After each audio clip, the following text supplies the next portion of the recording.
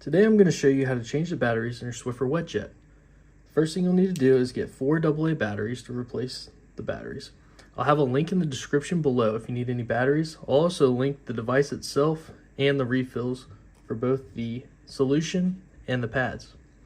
The first step we want to do here is take your device, lay it down, and you'll see there's a bright purple spot on the top, has an arrow facing upward. What you want to do is take your thumbs and push forward, and this little tiny spot will come out. We'll slide it out, and you'll flip it over. Then you can see on the side here, you can just pry up and pull out. The next one should drop down.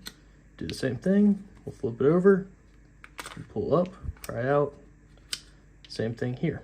Now you'll take your new batteries and we'll put them in. Make sure the polarity is going correctly.